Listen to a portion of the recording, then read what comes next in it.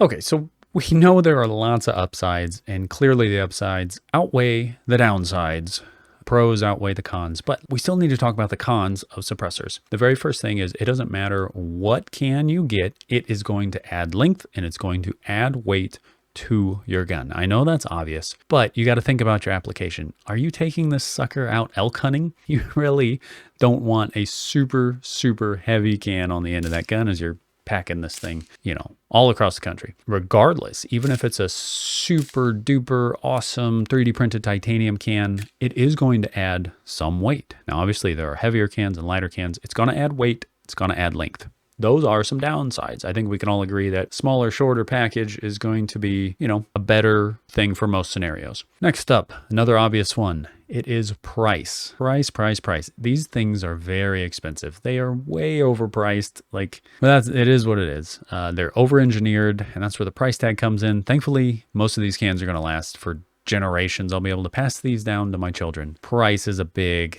downside. Thankfully, you do not have to let the ATF know about you traveling across state lines with suppressors, as long as, that state is good with suppressor ownership. I live in Missouri, so we have neighbors to my east, the People's Republic of Illinois, that don't allow suppressors. So that would be a problem if I'm ever traveling over there to Illinois. Thankfully, I live, in the middle of the state, so I don't really ever go to Illinois. But if I ever did, maybe I was hunting right on the edge, you'd have to, take that into consideration. So another downside is that these things are dirty. Obviously, 22, incredibly dirty to begin with. A 22 can is just nasty. It gunks things up like crazy. That would be like the extreme end of things.